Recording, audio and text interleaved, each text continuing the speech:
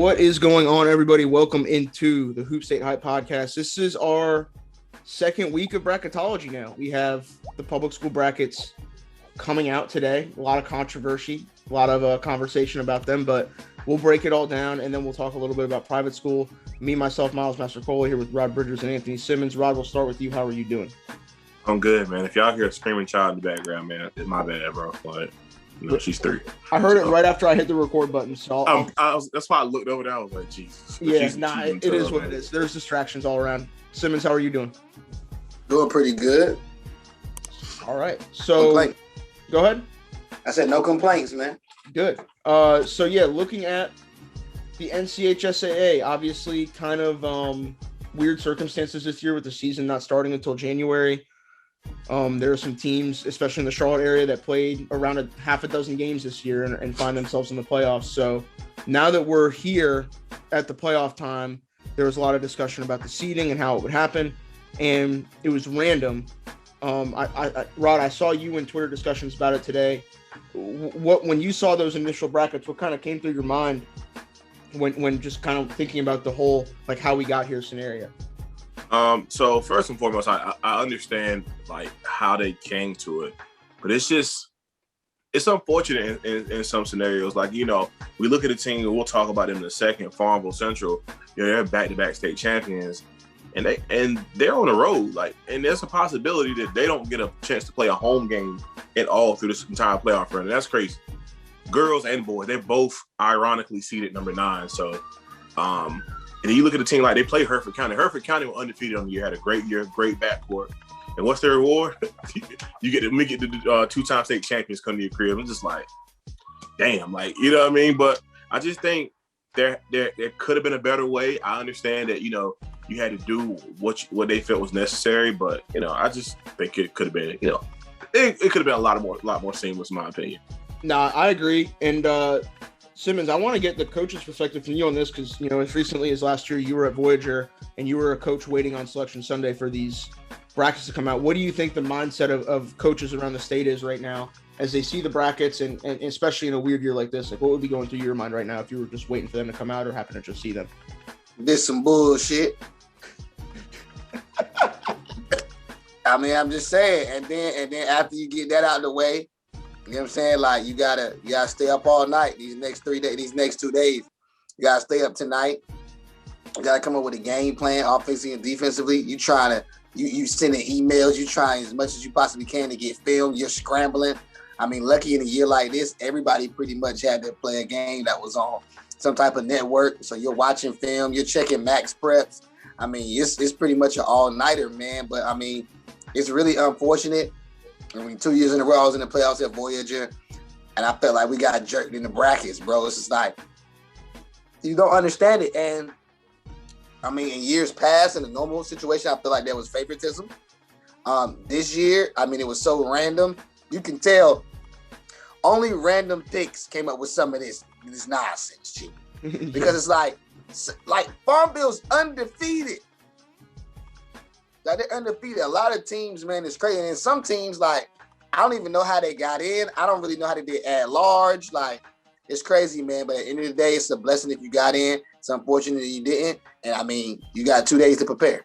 Yeah, no, 100%. And the way that this season is gone, everything is so fly by night. Like, it's just kind of tough to plan out. But either way, the playoffs are going down this week. First round Tuesday, second round Thursday, third round, which is Elite 8. On Friday, and then next week we move into the Final Four. So I guess we'll just start with 1A and take a look from there. And obviously, I think similar to private school, which we'll also touch on later, 2A is where it's interesting in a lot of ways when you think about some of the firepower, and then you look at 3A and 4A. There's firepower all aboard, but we'll start with 1A. Obviously the seeding is just so weird, and you have Granville Central on the east side. You have a team like Wilson Prep, a team like Henderson Collegiate, who all have the kind of firepower where they think they can make a state championship run. And on the west side, you have Lincoln Charter, who is a team that is rolling on all cylinders in almost every way. You have Hayesville, who's very, very good. So obviously, I know, Rod, you know the east side a little bit because of your familiarity with the 252 area. Both of you guys honestly, especially with Wilson Prep and Coach Atkinson and Henderson Collegiate and Coach Marshall. So when you saw this bracket, what kind of caught your attention? And is there a prediction for you in this bracket? You want me to go first? Yeah, you go ahead.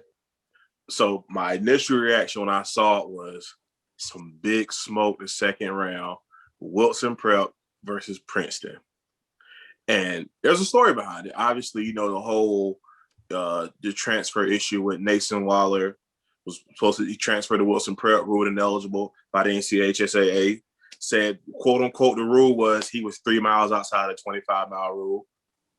Not even here to speculate about type of whatever that is, but just know that's some big smoke. And that game, in all intents and purposes, looking at who they're playing, no disrespect to anybody, that game should happen on Thursday. So, big smoke. And then right there, the winner of that game will more than likely go get George Marshall and Henderson Collegiate in the Final Four. So, I don't know. If I had to pick somebody, don't kill me for this. Forget that. I'm a homer, man. You know I got to roll my dogs in the 2-5, man. So, I'm rolling Wilson Prep, man. The reason I say this is because they got Eric Wynn back. We thought Eric Wynn wasn't going to play this year. He came back the last 2 games. He's had 2 double-doubles. Wilson Prep has put up 102 and 94 in back-to-back games. Oof. Their front line goes 6'9", 6'7", 6'5", and then the two Omarion Johnson's kind of a point forward. He's 6'7", and then you got Christian Battles, a kid who's shooting from the parking lot, like my boy Simmons say. Mm-hmm. So, in terms of size and 1A, man, you're not gonna find a team with size. But I'm gonna roll Wilson Prep. I'm gonna be a homer here. I hear you. No, and I feel like they have to be the consensus favorite at this point. With what they've been able to do. Simmons, what do you see from that team? And then I want to get your take on Henderson Collegiate, because I know you've coached against them the past few years. And then obviously Javante Waverly is a kid that after a kind of an up and down summer has come back into form his senior year. I agree with everything Rod said. Wilson Prep is scary because you know the leadership from Ed Atkinson. You know those guys have been preaching state championship from day one. Princeton, you know what I'm saying, scary team as well. Then you also have like a school like Holmes, a school like Holmes, who you have to watch out for. Who's athletic, who can put you in tough situations. But for me, man, it's tough, man. It's gonna be hard to beat George Marshall, them boys, man. Like they have so much experience when it comes into those deep playoff runs. And you know what I'm saying? I'm not sure if, Mr. Javante Waverly, you know what I'm saying, and AK, you know what I'm saying, they're ready to give that thing up. This is like kind of that last wave of those first crop of kids that George Marshall had. So I think they're going to be a real tough out. I think it's going to be Henderson Collegiate and Wilson Prep. You know what I'm saying? Ultimately, they bump heads with each other to decide who comes out of that bracket. And I think in a close game, man, I think, the savviness of Javante Waverly, I think it's just like he's so seasoned. Like he's so seasoned being that like he's literally one of those kids in 1A that has arguably played everybody in the state in his career. Mm-hmm. You know what I'm saying? Like, he's laced up against Shaq, Josh Hall, like everybody. So I think that and just him at the same time in 1A being one of those prospects, him and AK, that still haven't put their name on a piece of paper as far as college is concerned, I think that hunger will be able to push them through in the end, man. Yeah, no, I agree. And then the other team, you mentioned Holmes. They're on the top side of the bracket along with Granville Central. Terrence Harcum, Jamari, man, that's a backcourt that is capable of filling it up. Yeah. So they're, I think Martin too, with Avion Penner. Riverside Martin with Avion Penner. So there's firepower on the east side in 1A, and it's going to be kind of interesting to see. I have to agree with Simmons. I think the playoff lineage of Henderson Collegiate is enough to get them out of the East. And then I just have a feeling about this Lincoln Charter team in the West with what they're able to do. Coach Gabriel, that's, they're a contending program every single year. And then the fact that they have a kid in Sam Cogan that he's kind of a 6'2" downhill 2 guard that is just He's super athletic. He's super productive, can fill it up. They have Troy Fulton, who is one of the best shooters in the state that nobody really talks about. I think they're going to come out of the West, and I actually think that Lincoln Charter is going to end up winning the state championship this year as a 5 seed out of the West. So that's my prediction there. So Lincoln Charter, Wilson Prep for Rod, Henderson Collegiate. Is that your state championship pick, Simmons, Henderson Collegiate? Yeah. Hey, George, listen, you my guy. I love you, man. Hey, it's 252 all day, baby. I gotta roll my family, bro. It's a family thing, baby. It's a family thing. I feel like the phone calls you'd be getting from Ant would be a little bit more fiery than the ones you're getting from George. Group can be pretty bad. And I feel like how Rob feel, because like Ant is my man. Like big time respect for him. I already know he gonna pop sideways for me making this pick. But yo, bro, you broke my heart, dog. You broke my heart. I was at that game last year. Oh man, you broke my heart, bro. Yeah. Nah. And to anyone that wants to call me, don't bother. I'm probably not going to pick up. So some web and stuff there. Yeah, well, nah, I didn't see the call, man. Sorry. Hate to break it to you. But nah, the 1A is going to be fun. There's real firepower there. Like on the west side, like Pine Lake Prep's a team that's competitive. They got some of those Carolina Riptide kids over there, so they're pretty good. There'll be interesting teams kind of throughout that 1A bracket. Moving on to 2A, and this is the one here where it's all on the east side, and it really does feel like it's in one quadrant of the bracket. You have Bobby Pettiford going to Louisville, South Granville. You got Reidsville, Breon Pass going to NC State, Dontre Styles, Kinston going to Carolina, and Farmville Central and Terquavion Smith going to NC State. So you have 4 ACC players. We talked about it earlier. 4 ACC players. We all knew they'd be in the 2A East. They all played on the same EYBL team. They're all interconnected in their own way. And now they're in the same quadrant, and all of them are going to be out by the end of the third round. We talked about it a little bit. I know, Rod, we said we go more in depth. When you saw this quadrant, what was your immediate reaction? I was like, yo, what are they doing? Like, that was my first thought. And the second thought was, damn, Washington going to the Final Four. Because I'm like, Washington's down there literally, no disrespect, but by themselves down here at the bottom of this bracket. Mm-hmm. And Washington's really good, but hey, they should cakewalk to the Final Four. But when I saw the top half of the bracket, I was just like, yo, we're gonna miss one of these games, and these are games we want to see. The second round, we could potentially get, and there's no disrespect to anybody when I'm saying this, we could potentially get South Granville, Farmville at South Granville, Kinston at Reidsville on Thursday night. Yeah, that's crazy. Like, and unfortunately, fortunate for us, we'll have both games, but we won't. We'll be split up. You know what I mean? But that's tough, man. That's really tough. I do feel for Farmville, just because, like, it's a random draw, man, but you got the worst draw. Like, just not being able to play at home, your last few games, like, not to give them a chance to go out on top at home kind of sucks. Mm-hmm. But I just keep it, man. That first game is not gonna be a cakewalk. Hereford County has a really good backcourt in Dalen Askew and Keandre Rogers. So I think Farmville wins that game, but I think it's a little tougher than it probably should be. Yeah, no, I agree. Simmons, I want to hear your immediate thoughts when you saw that quadrant, because it from guys that have seen and been a part of planning events. This is, if you were to actually plan an event that is the state championship, this is not how you do it, right? Putting all 4 of them in the same side. What the hell are they doing, man? That's what I thought. What the hell y'all doing, man? Like, it's obvious nobody had anything to do with this or watched any basketball. Nor do they have social media at all. No Instagram, no Twitter. Because there's no way you put all 4 of these dudes, random or not, man. There's no way. I feel like if this was the draw, you have to redraw it. You have to, like, all right, we're scrapping this one. They should have been the 1, 2, 3, and 4th seed, respectively. Or 1, 2, 3, 4, 5.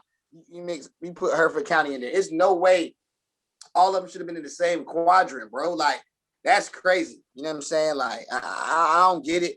It makes for some great basketball, and it's gonna be some heartbreak this week, because I mean, literally, bro. Like, I know, looking at it, like, they're gonna have to end it. Like, yo, like, somebody's gonna end somebody's high school career.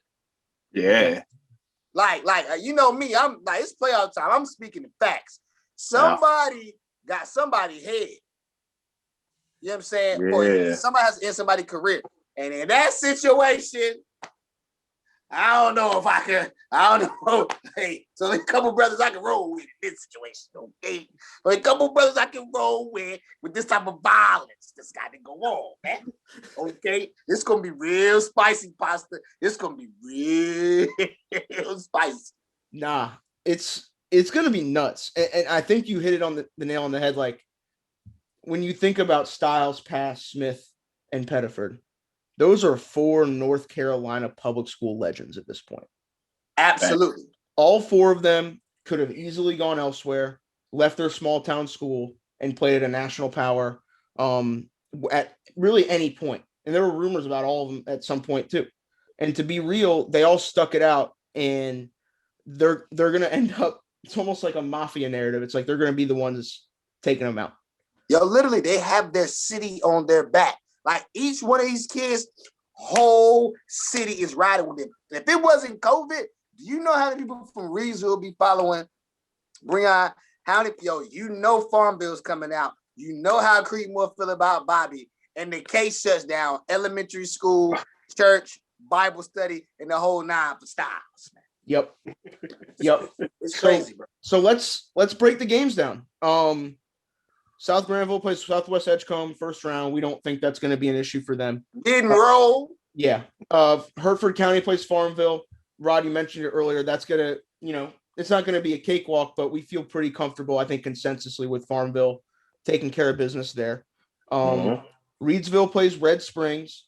They should be fine. And it's Breon Pass at the end of the day. Everybody get your roll on. We pick. And if any of you schools are listening, and you have anything to say with us, talk to us after the game. And then if you take care of business, we'll happily, say our bad here. But it's just, look, that's just how we're going to have to present it. And then if we're wrong, we'll give them a gift card to Sheets. Yeah. Go get you some mozzarella sticks on go get your some mozzarella sticks. If you're lucky, we'll throw you a Hoop State area code tee. If you're lucky. You're lucky. So yeah. And then Randleman plays Kinston. Kinston goes on the road to that game. Their seating is low because they didn't have their 6'7" superstar forward the entire year. So who's Randleman got? I don't know much about their team, to be completely honest. Second question: where is Randleman? So Randleman is, I don't know. I'm about to look it up. Let's do my Googles real quick. Let's do some Googles real quick on Randleman. But no, I don't know where they are. They're Randleman NC. Let's see the location. I-137. Is that where the state championships are being played? Right near Asheboro? Yeah, that's where it is. Yeah, I think it is. That's where it must be Randolph County. They're 12-2 on the year. They're 10-2 in conference play. With that being said, Dontrez Styles. And that's all I need to say.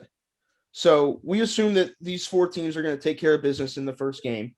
And then it sets up a situation where we have a rematch of really the game of the year in public school last year between South Granville and Farmville Central in the second round. Simmons, I'll start with you on this one. You did the first time these 2 teams played in the regular season. What does South Granville have to do to knock Farmville Central off? Because it feels like Farmville is the considerable favorite heading into this. This is the scariest game that Farmville could have even got. It's scary, bro. Mm-hmm. I'll be honest. Because South Granville's a different team at home. Mm-hmm. They're a totally different team. Colin Tanner's a totally different player at home. Like, they're comfortable there. Like, Bobby literally comes across half court and he's floating. He doesn't even walk. Like, he floats in that gym. So, don't get it twisted. We saw him last year, man. If anybody is capable of going in and shooting the spot up, it's Baby T. Okay? He coming in there at Master P in his prime with No Limit Soldiers, man. You know what I mean? And he ain't playing. All right. So, it's a barn burner, dog. Anything can happen in this game. So it's like, I got to think about it. My gut, Farmville has the depth. Like, to me, they go 10 deep in 2A. Like, they literally go 10 deep, and all those guys can impact the game. So if somebody was to clip them, they're going to have to pull out the best game of the season. And Farmville's going to have to shoot at a very, very low percentage. So, it's tough, man, but that's a scary game. I think Rod would agree. That's a scary game, bro. Yeah, no, I'll say two things. One, I definitely agree with you. I think for South Granville, they understand what it takes to beat Farmville now. Like you got a chance to play them early on in the season. You know what they're doing. You know they're gonna bring pressure to kind of take the ball out of Bobby's hands, like everybody's done this year. So for Bob, what he has to understand is be smarter with the ball when the trap is coming to you. Retreat, dribble, and bring the defense to you. And then now you have an advantage when you get the ball out of your hands. Now it's on South Granville's other guys to kind of step up and play. The guy I'm looking at for South Granville is Caleb Hedgefield. Like last game, the difference of that game, honestly, was Jaden Pitt was one, and it was Leonte Moore. Leonte Moore had his way with South Granville. Yeah. Caleb has to be able to neutralize what Leonte does. If you could neutralize him, keep him off the boards, keep him out of transition. Like, he was in jumpers and everything, but if you can kind of keep Leonte neutralized, I think South Granville definitely has a chance to win that game, but that is the key. Caleb Hedgefield has to step up for South Granville and be that reliable third option for them. No, I agree. And if those three can get it going along with Lorian Walker, like that. Yeah. I like him a lot. Hit shots, like he's kind of the heat check guy for them, where if he's hitting shots, it kind of changes the dynamic of what they do. So he got hurt when they played too early in the game. That's another thing. He got hurt. Simmons, like the first 2-3 minutes, he hit a three. And then he got hurt the next play. Got hurt. And he didn't play the rest of the game? Nope. He shut up like 2 or 3 games, yeah. So now that he's back healthy, hopefully he's able to get back in rhythm and make that competitive. But this Farmville team, like they don't, like when we talk about our predictions, they don't give me a reason to even think that anyone can really beat them. And that's not saying anything about anybody else. That's how good this team can really be, especially when they have a championship pedigree. The fact that Leonte and T and Rashay have already been a part of 2 state championships. And can I piggyback off that? The reason why, honestly, like I think all of us is this, like in playoffs, like foul trouble drastically changes a ball game. Like we were in the second round of the playoffs, my first year, bro. Like we were up 14. Jonas and Holden fouled out back to back, changed the game in the fourth quarter with 5 minutes to go. The reason what makes Farmville so spooky is they can, Baby T or Leonte or, you know what I'm saying, somebody can get in foul trouble. They can actually get somebody off the bench that can actually keep that production going or take the lead. That's the difference. Like with Reidsville, if Breon gets in foul trouble, it's tough. Like if Trez gets in foul trouble, it's tough. If Bob gets in foul trouble, it's tough. That's why the difference of it is going to be for those other top heavy schools is, can their supporting cast come to play? Mm-hmm. No, it's an incredibly valid point when, you know, especially in a single game scenario, you know, win or lose. If you lose, you're going also home. The referees are magicians at this time of the year, baby. Okay, everyone thinks they're TV Teddy, right? So one last point I do want to say about Farmville is, when you're a championship team, you're really up against yourself at the end of the day. You know, they're probably their biggest competition at this point. Like, they've done a great job this year of locking in and understanding what the mission is in an abbreviated season. But for Farmville, they have to understand is that we're up against history right now. It's kind of like Golden State was 2 years ago. You're up against history. Like, you're up against a three-peat. How many teams in North Carolina history that you know in a three-peat outside of Kinston? Like, you know what I'm saying? So I think for them, and for T, I think T wants to go out with his legacy, like, cemented. It's like T wants to be one of the best to ever come through North Carolina. And if he was a third state championship, he scored over 2,000 points, he's done all these different things, like, there's a conversation to be had at that point. So I think that's what they're up against at this point. Yeah, no, I completely agree. And that's the thing with Terquavion is, if he wins a state championship here, he's going to be considered among some, like, literally the all-time greats to ever come through the state, from not only a talent standpoint, from an accomplishment standpoint, which is just something to be said for the work that he's put in over his time. Then the other game on that side that is a likely second round matchup is Kinston and Reidsville. And these are 2 ACC commits going to Tobacco Road rivals. And outside of them, you have the Jeremy Dixon factor on Kinston. It's really a scrappy bunch on either side, and there's different styles, but it really is going to come down to who takes care of business among the superstars in that game, who gets in foul trouble, like Simmons, said. So it's kind of I look at that game as a potential toss-up. It would be at Reidsville, which I think that's why I'm pissed. Why are we not at both of these games? Yo, what's good with the committee, bro? We're gonna have to split up. We're gonna have to split up. I split up, bro. I'll probably be at Reidsville, Kinston, and y'all probably be at Farmville, South Granville. Yo, this is crazy, dog. These are two games that deserve all three of us. Bro, what are they doing? Yeah. What the hell are y'all doing? But no, hey, we don't make the schedule. We don't make the rules. We just have to go by what they give us. But so looking at Reidsville, Kinston, Simmons, we talked a little bit about this before we started recording. What's the X factor there? What's it going to take for either one of those teams to take care of business in a game like that? I mean, it's tough because it's like, okay, Reidsville, you know what I'm saying? Like, you know, they go as Breon goes, but that's a tight-knit group. You know what I'm saying? They really ride together. But that is an extremely small team. Mm-hmm. Like, extremely small team. You know what I'm saying? Kinston has a huge front line. You know what I'm saying? And, like, the games that's gotten Kinston in trouble were games where they couldn't kind of play bully ball. Like, Trez is in shape now. Like, he's back. And that's a tough check because it's like, I think Reidsville will have to play them zone. Mm-hmm. I'm not sure if they can play them man-to-man. Like, you know what I'm saying? Because it's like, you know, in a game like that, like the emotions are like, their emotions are going to be so high at home through the roof that the physicality is going to be different. And I think, man, you know, Kinston has a couple more role players than they do in this situation. And it's not a diss to Reidsville. I just think that the size and then just the pedigree of Kinston basketball could help them in the end, man. But I mean, once again, it's on the road. This is where, like, the sixth man for Reidsville would be the home court environment, but you don't have it, right? You don't have it, so it's not gonna be rockets in there. Well, no matter what, when you go to jump ball, it's Breon and it's Big Roy. Okay, it's Big Roy. All right, okay, you down there 6'7", boy. It's game time. It's like that's a different animal, dog. Like Trez is different. Yeah, Rod. What kind of piggybacking off that is it?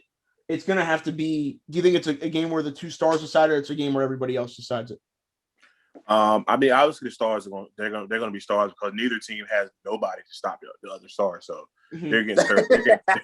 They're getting 30 each. So, but I'll say this: it is coming down to the role players.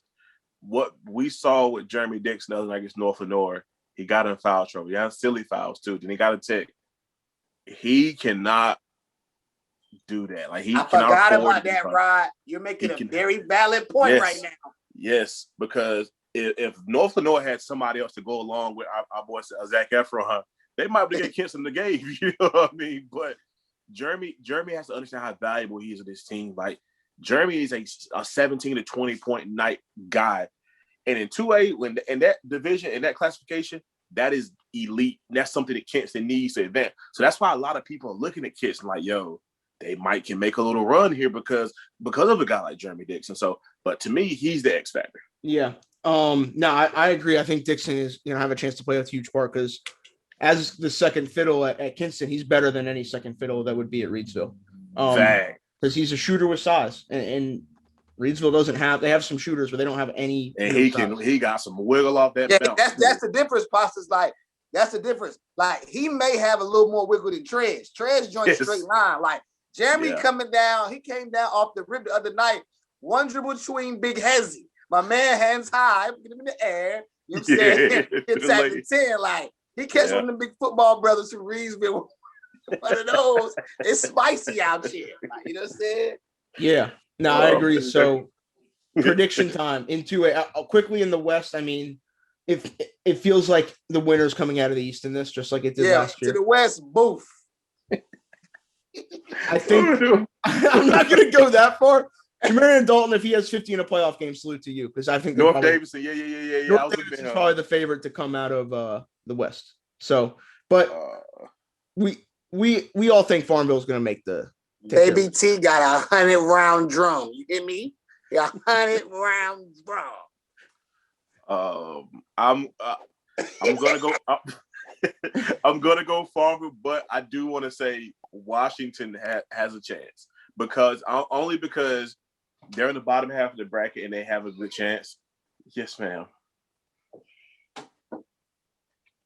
What are we doing?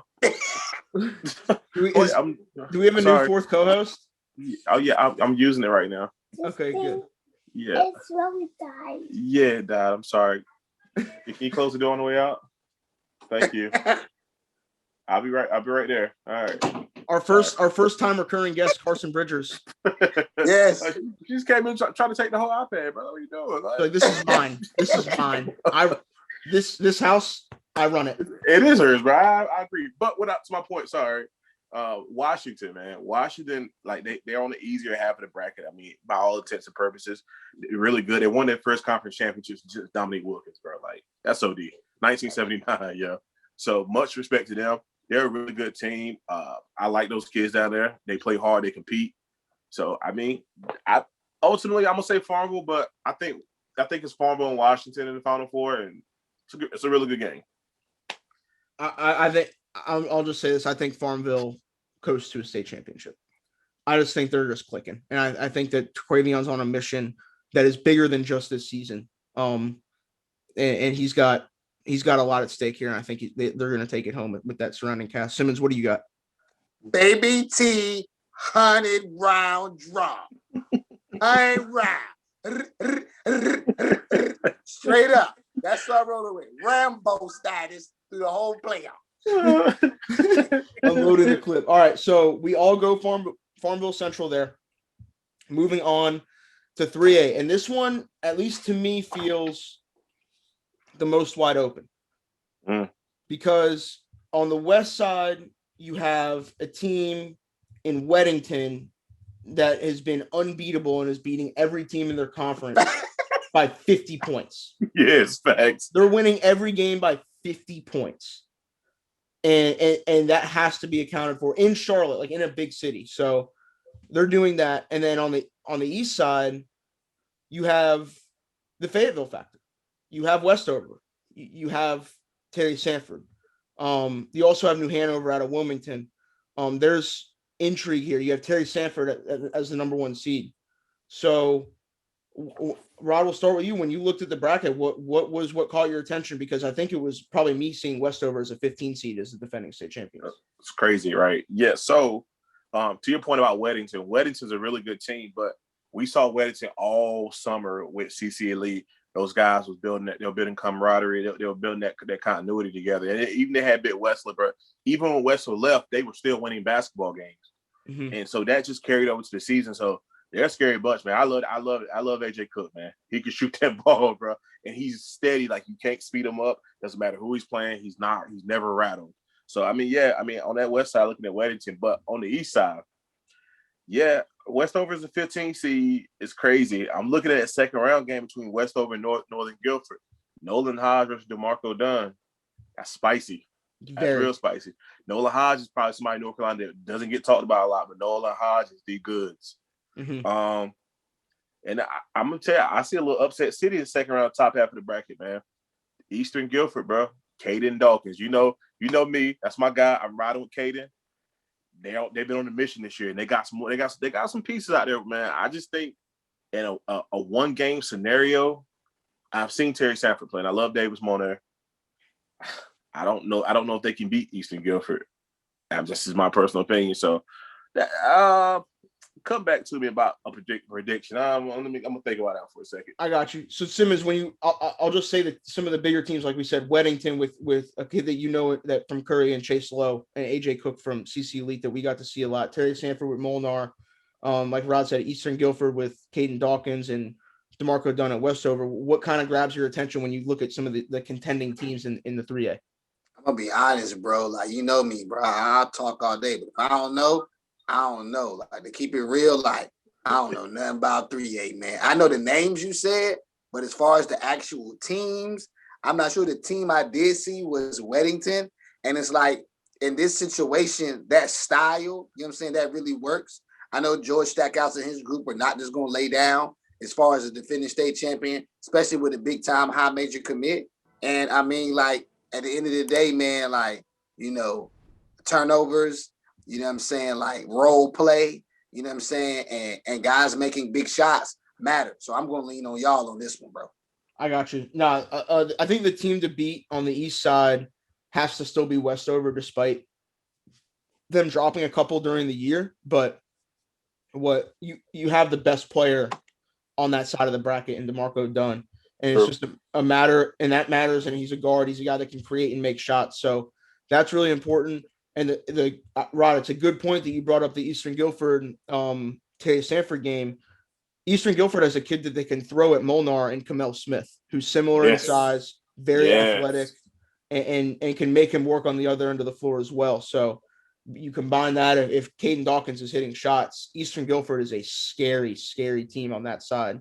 But so the team, the Weddington team, Simmons, remember the CC Warriors team we saw in Spartanburg at all, where they beat everybody? That's basically Weddington. So that and that team was really good. And it's basically the point guard duties are kind of manned by AJ Cook, who, if there was a looks can be deceiving award in North Carolina, absolutely.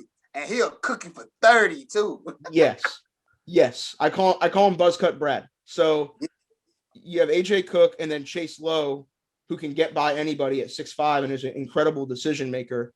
And you have Brock Bowen and all these other kids that can shoot the cover off the ball.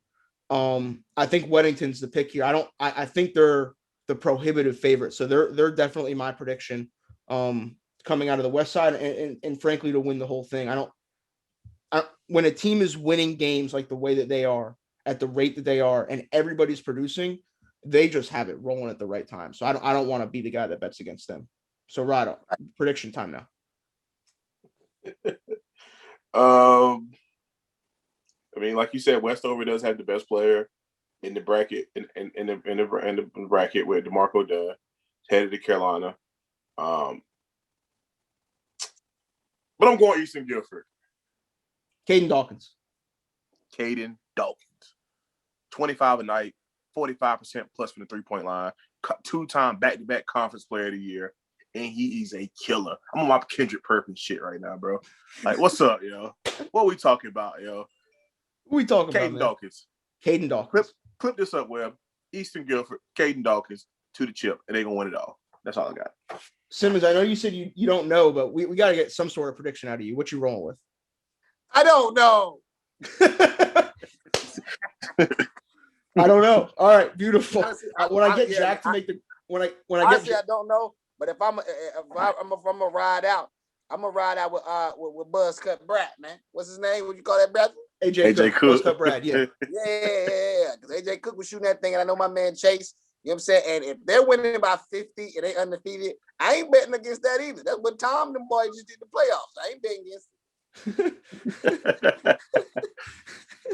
So yeah, 3A prediction. I was gonna say I'll just get Jack to make the graphic, and we'll have everyone's like with the logos, and Simmons will just be a question mark or a shoulder. Yeah, like this.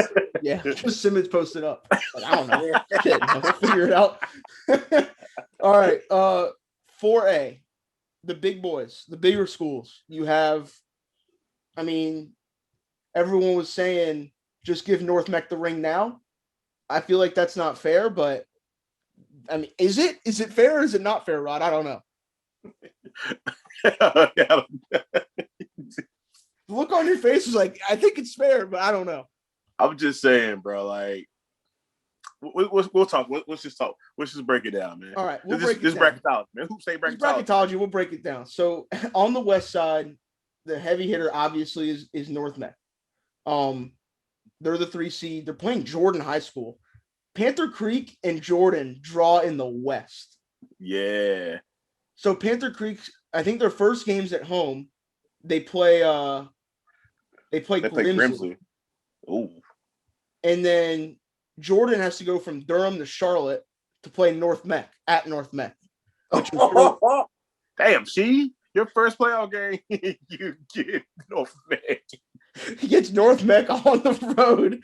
I can imagine what that looks like. Oh, man. At that legendary gym. And then Panther Creek would have to go to North Mech in the second round. Nah. Nah. And Dalen Berry's our guy. We know we love Dalen Berry, bro. Hey. So let me say this. North Meck feels like 09 North Carolina. 09 North Carolina was the last probably like, yo, there's no way they don't win a national championship. Absolutely right. That's what it feels like with North Meck. Like, crazier things have happened in the game of basketball, but if there is a sure thing in the playoffs right now, it's probably North Meck. Mm-hmm. It has to be, I think. Just too many pieces. They come at you in too many ways, bro. Yeah. No, they do. I think about their. I don't want to rank their players like who's the best, but you could argue Chris Ford is probably their third or fourth best player on that team. He's going to Davidson. Like, you really can. Like, yeah. And he's a killer. You know what I mean? So I'm just like, yo, they're just scary, bro. But let's go. Yeah. So on that's the west side of the bracket. You also have a team in South Meck that's interesting because you have Ferrante and Boswell, that duo, and they're really, really good. And that's kind of, and other than that, on the west side, I mean, you have Hillside. They might be playing Audrey Kell in the second round. Audrey Kell's a threatening team with the pieces that they have. And then on the east side, you have Pinecrest, South Central, Apex Friendship, Heritage, and Millbrook. And Laney's the number one seed. But those are the teams that you really feel like, can make noise. But and even then, you could probably narrow it down there to like three teams, to really South Central, Apex Friendship, and Millbrook. But Simmons, when you think about each side of this, like on the east side, like is Millbrook the prohibitive favorite, or do you think Apex Friendship or South Central should be right there considered along with them? Silas Demery, yeah. Listen, you got Silas Demery Jr., Red Dutton, Big Eric, okay? Brolic Chris, Jackin. I mean, I think Millbrook has a great shot. I think as a ride bucket, I think Millbrook has a really good shot, man. Bro. It's Homestay Bracketology. Everybody's lit. But the thing about Millbrook though is you know what I'm saying? Like, Millbrook is going to press. And the scariest thing about that is our guys over there, Apex Friendship. Okay. Gabe Proctor and Lou Proctor will shoot the cover off the basketball. They have size, and right now in 4A high school basketball, Kenny Nolan is good for 25, 9, and 5. Okay, so it's like, okay, you have a Division I guard that, okay, that's somebody that knows Silas. You know what I'm saying? And that's a big time matchup. You know what I'm saying? Like, that's a big time matchup. And Kenny Nolan's strength is 100% defense. And I know Kenny. Kenny ain't thinking about Silas. So he got to be locked in. You know what I'm saying? You got the Proctor boys who from a three-point standpoint can shoot with Eric, can shoot with Red, can shoot with Chris. You know what I'm saying? Then you have the bigs that they have, like Apex Friendship is scary because that like they have a chip on their shoulder. And if they're shooting the basketball, they can play with anybody. You cannot forget, and I know Ryan's going to say it too. I'm going to let him go into detail. I'm going to give him an assist right here. You cannot forget about South Central. You cannot forget about South Central. Their coach can game plan with anybody, and their kids are going to listen. Ryan, you got it. Hey, man, Coach Cherry is a genius, bro. What? He's a genius, bro. Like, when we talk about best coaches in the state, like, we don't give him enough credit. Like, absolutely, bro. 100%. That South Central team 2 years ago with Dayron and Shaquem Phillips and those guys, man, he was a huge part of what they had going on. And in a one game scenario again, you never know them. Now they picked up Omar Harris. We know Omar Harris goes to get it. Like, they've quietly been mashing teams over there. If you look at their record, man, I mean, they're undefeated. I mean, but they just been mashing everybody, man. So I don't know, man. We're gonna see. No, I agree. I think South Central with that backcourt is gonna give team fits, and they're a team that can easily go on a run and make something happen that's really, really special. But they're on the top side of the bracket. The other thing you have to talk about over there is you have Bradley Haskell and Pinecrest. who went on one hell of a playoff run last year, and is a guard that seems to play his best basketball when it matters most. So, how much do they have coming back? What's that? How many pieces do they have coming back from that team last year? I think a good bit of them. I think the contending team that lost a lot was Lumberton. They're still solid too, but I think that Pinecrest team is bringing back a lot of their guys. So, because the thing I like about Haskell is he's a guard that controls tempo. See, that's the difference with Haskell. Like, he plays with a controlled chaos. I like to watch him with Flight 22 because he competes, he can guard, but like he controls tempo. You know what I'm saying? So that's a tough matchup too. Yeah. So there's definitely the teams there. I guess we do prediction time. I want to do each side. So, Rod, who do you have coming out of the East? One thing real quick we didn't talk about was Heritage with Lucas Taylor. I mean, and Justin Mondit. They're really good as well too. They'll look like they may get Apex Friendship second round. It's gonna be a really good game. I love Millbrook because Red Dutton has taken Millbrook to another level. And he's been there probably 4 or 5 games. He's averaging over 20 points a game. Like, they're just looking like a well-oiled machine right now. So coming out of the East, I'm probably gonna go Millbrook. Now I will say this: we did see Millbrook and Apex Friendship play in the Hoop State Championships. I mean, the Hoop State League, excuse me. I don't think Eric didn't play in that game, did he? It was either Eric or Red. No, Eric didn't play. Red was there. Red played. Apex Friendship beat them pretty decisively. They did. But that was without Eric, though. So I don't want to really use that game as an example, but that would be a really good game. But I'm going to go Millbrook. Simmons, at the East. Yeah, we'll do East for now. Simmons, who do you got? It scares me, bro, because I'm with Rod. I want to go Millbrook, but I've watched 4A basketball for a long time. Like, the question about them is, this is one of those situations is, it's the bench. You know what I'm saying? And in 4A basketball, the bench matters. We watched the game, with Millbrook last year. You know what I'm saying? Playoffs, like all those, it's hard for your 5 to be able to make it to the end. You know what I'm saying? So it's tough. Woo. Woo. Silas, man. Hey, man. I'm gonna go with Millbrook. But bro, South Central, dog. Like, yeah. South Central spooky. I'm gonna roll with Millbrook, though. I think it's a toss-up between the 3 of Apex Friendship, South Central, and Millbrook. And man, Millbrook. It's crazy. Like, each team has it got a spicy case. Like, for real, bro. I think for not only the sake of conversation, but this was my pick coming in. We'll differentiate all 3 of us. I'm going Apex Friendship to come out of the East. Yeah, I'm with you. And I think that it's so tough to contain 45% plus 3-point shooters. Absolutely, bro. Especially when one of them can really create, and Proctor can create a little bit too. He's got a little bit of wiggle to him. He's not just a spot up guy. I think that that trio of the Proctor boys and Kenny is enough. And I think that those 3 guards are going to be tough to match up with. And I'm not mistaken, they go 7-8 deep, right? They do. They have the Isaac Holmes kid, the 6'6" forward they could bring off the bench. They have Askin. They have Patrick Sams. They have players. Right. You know what I'm saying? That they go 7-8 deep. Like, South Central goes 7-8 deep. Mm-hmm.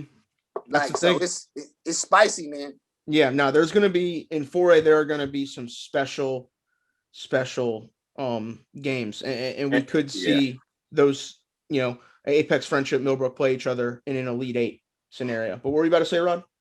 I was going to say, the 4A never goes according to plan anyway. So never.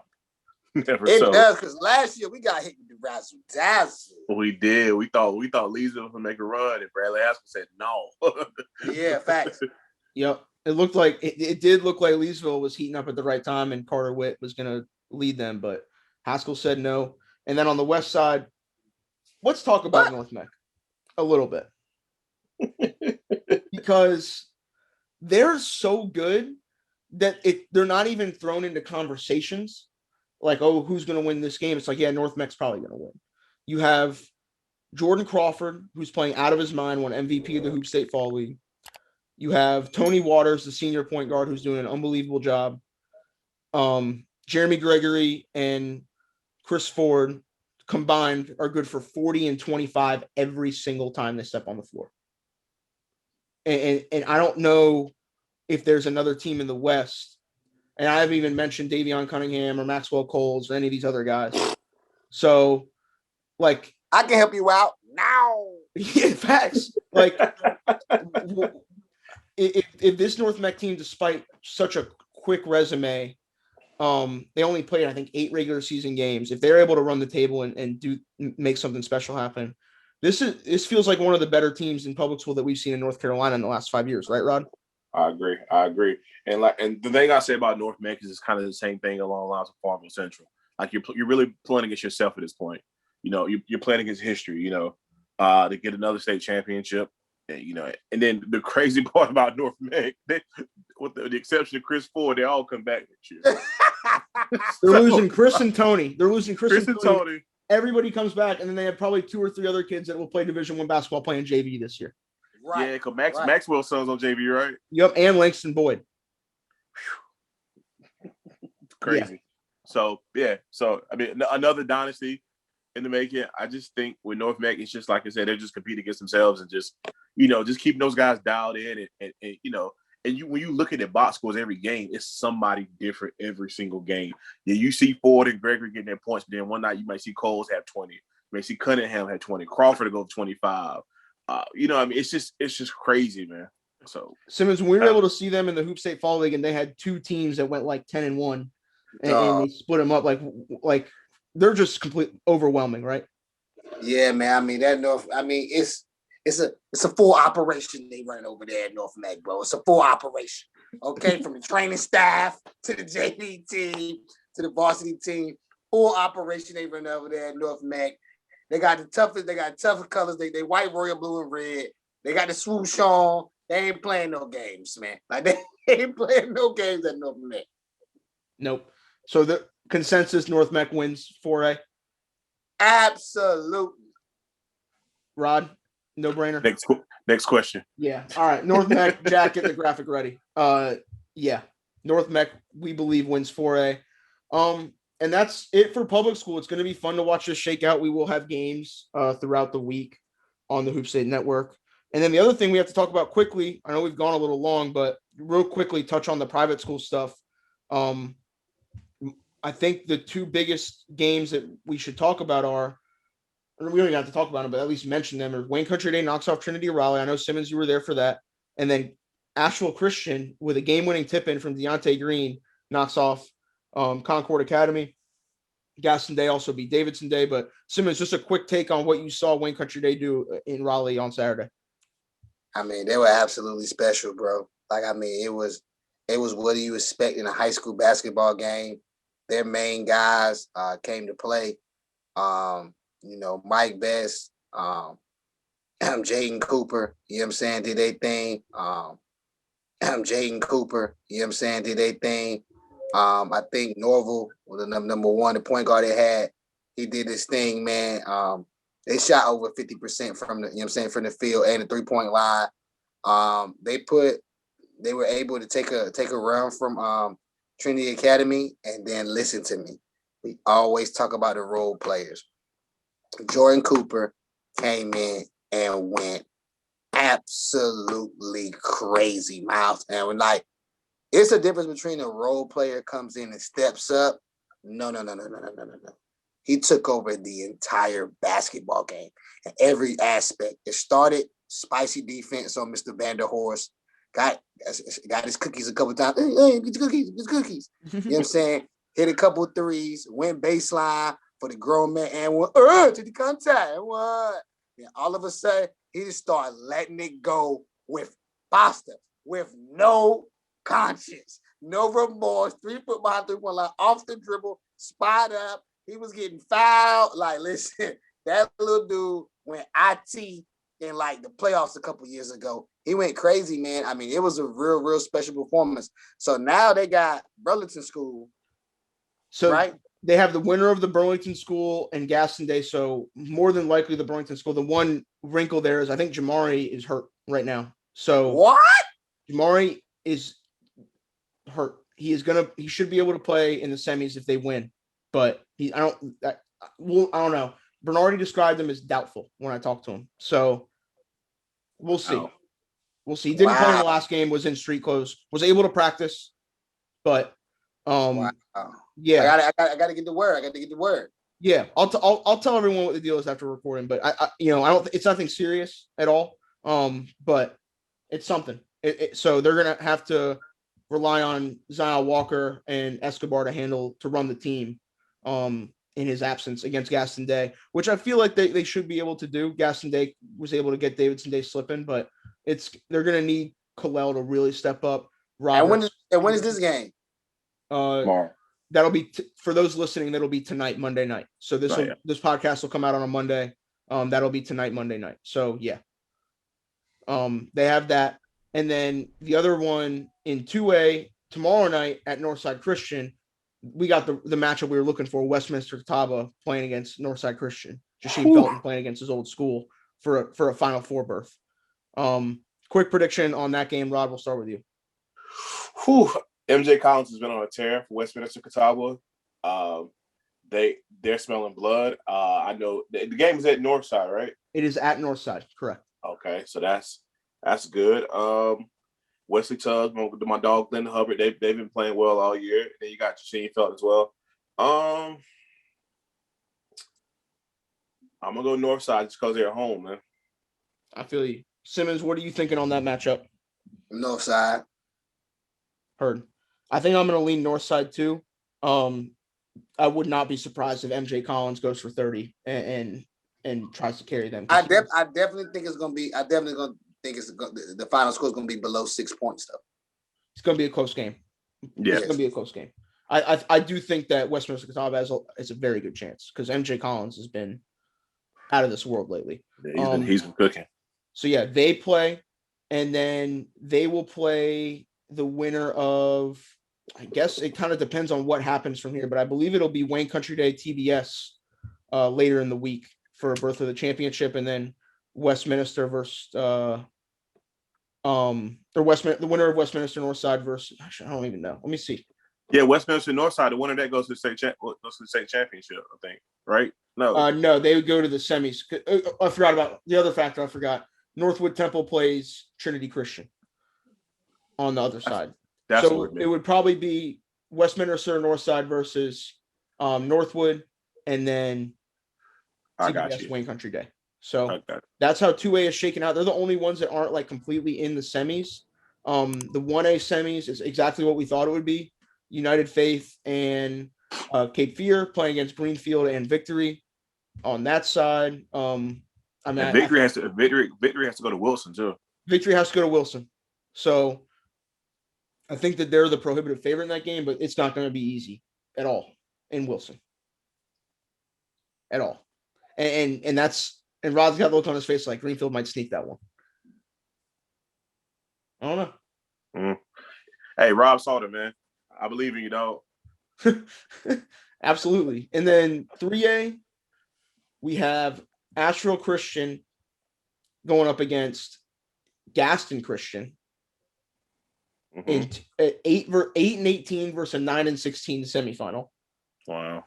And then High Point Christian plays Cape Fear Academy out of Wilmington, who has some players on the team they just haven't played in front of a lot of people. But it's lining up for your prediction to be right, Rod. KJ Garrett, High Point Christian. I called it. KJ Garrett hold the state championship. He's holding the trophy up Saturday afternoon, man. Stop playing the championship game. Gonna be at High Point. Against Deontay Green? Yeah. Hey, man, listen. Hey. Yeah. Man, I love Deontay. Deontay my dog, man. But, hey. That's going to be a spicy game. It's not an answer in 3A for that Boston. That's true. That's true. And I don't want to – we shouldn't count Gaston Christian out because Will Kelly can hoop, and they took Canada to the wire. Tough.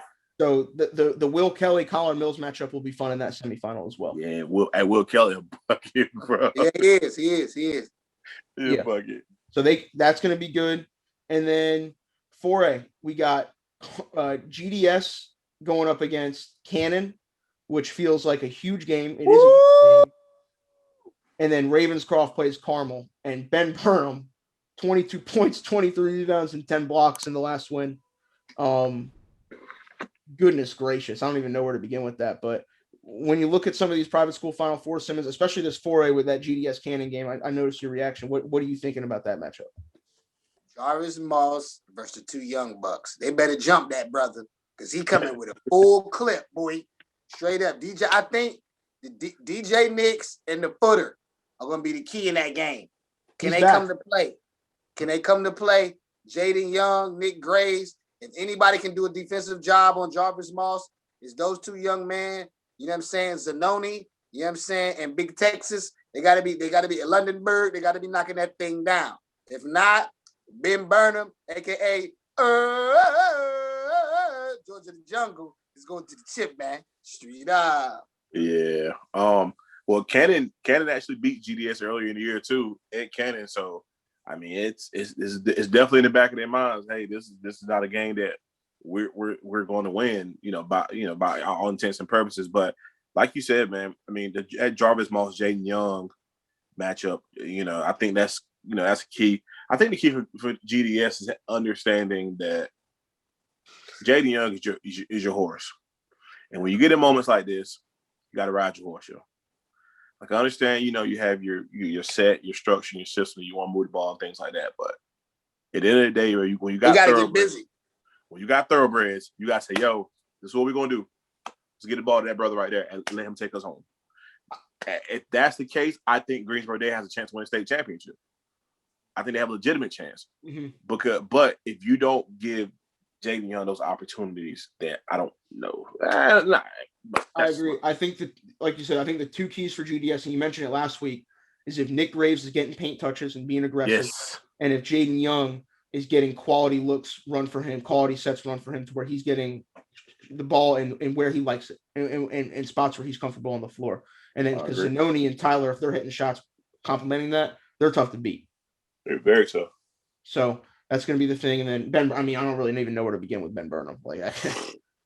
Monster. It's ridiculous. It's absolutely ridiculous. Every time you think that he's done enough, he's done all he can do. He, throws 10 rebounds on top of another stat line, and it's like 23, 22, and 10. Like that's in the third in a quarterfinal game. That's crazy. He signed already, right? Yeah. Yeah. Just making sure. Kelsey's tweeting about him every chance he gets. Okay. I know he was signed, but I just wanted to make sure. Like, all right. If he wasn't, oh my God, who knows what would happen? But nah, he's been superb this year. But I think that's about it for the private school stuff. I actually made a mistake with the 3A. Cape Fear plays Gaston, and Asheville Christian plays High Point Christian. So that's semifinal. Asheville Christian with High Point Christian. That's going to be a big one with Deontay and KJ. So tune in for that one. And that's about it. I know we went a little long. We appreciate everyone tuning in that's listening the entire time. Any final thoughts before we wrap this thing up? I'm super excited about this week. It's a lot of great basketball ahead of us. And I mean, it's kind of in the home stretch of the high school season for both leagues. And, it's been a quick year, but it's been a fun year. So, looking forward to getting through this week and then kind of resetting and get ready for the Hoop State Championships, man. Definitely. Simmons, anything else? Nah, what Ryan said, man, I mean, it's playoff time. This is a great time. Just want to send a special shout out to those seniors, man. We got the Hoop State Last Dance coming. We're going to make sure y'all boys go out with a bang. But, the Bobbies, the Breons, the Baby T's, the Trez, the Terrence Harkums, all those guys, man, Lucas, Eric, Red, man, you guys have been a pleasure to cover, a few years of Hoop State, but it's been a pleasure watching y'all boys for 4 years, man. Like this class of seniors has stood out from the time they walked through the doors. You know what I'm saying? A lot of them are going to walk out the doors, as legends in that school. Like, like a lot of jerseys are going to be in the rafters. A lot of these dudes getting their jersey retired. Like, real talk. They're going to be able to bring the kids back. Yeah, it's fly through the air, right here. It's crazy. It's like that. That's facts. Yeah, no, I agree. That's a great place to end it. This 21 class has been really special in a lot of ways. And for the private school side of things, their season's going to end this week. And the public school guys, a select few, we'll have the opportunity to keep it going just for a couple more games. So we'll end it on that note. This time next week, we'll be back. We'll be breaking down the private school state championships and kind of looking ahead at the public school Final Four. So we appreciate you guys listening. Be sure to subscribe to this podcast, wherever you get your podcasts, Apple, Spotify, whatever it may be. And we'll see y'all very, very soon.